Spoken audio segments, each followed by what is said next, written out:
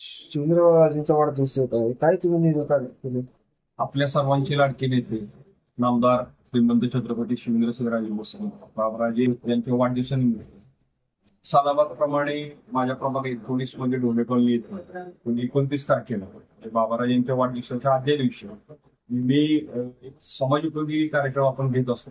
त्यामध्ये महिलांसाठी खास लकी ड्रॉचं नियोजन असतं. त्यात मोठी अशी गिफ्ट असतात. नेकलेस असेल, फ्रीज असेल, कूलर असेल, टीव्ही असेल, 777 साड्या आहेत, 11 पैठणी आहेत, अशी अनेक लाखोची बक्षिसं आहेत. ह्या फक्त ह्या माता भगिनींसाठीच आपण हे नियोजन दरवर्षी करत असतो.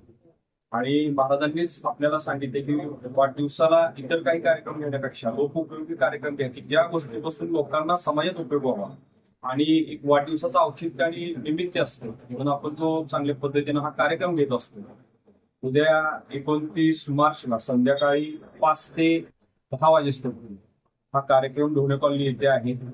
सर्व माता भगिनींनी त्याचा लाभ घ्यावा ही सर्वांना मी विनंती करतो आणि कार्यक्रमाला यावं. आपल्या नेत्याचा वाढदिवस आहे. आज महाराज साहेब राज्याचे बांधकाम मंत्री आहेत. महाराज साहेबांनी अनेक विकास कामे आमदार असताना आपल्या भागात केली, सातारा 6वीत केली. त्याचीच पोचपावती म्हणून आज भाजप सरकारनं महाराजांना बांधकाम मंत्री पद दिले आणि बाबांच्या माध्यमातून पूर्ण महाराष्ट्रात चांगल्या पद्धतीने काम चाललंय हे आपण सर्वजण बघतो. आज आपल्या नेत्याचा देवाचा वाढदिवस आहे. हा उत्सव अतिशय आनंदाने आपण सर्व मिळून साजरा करूया.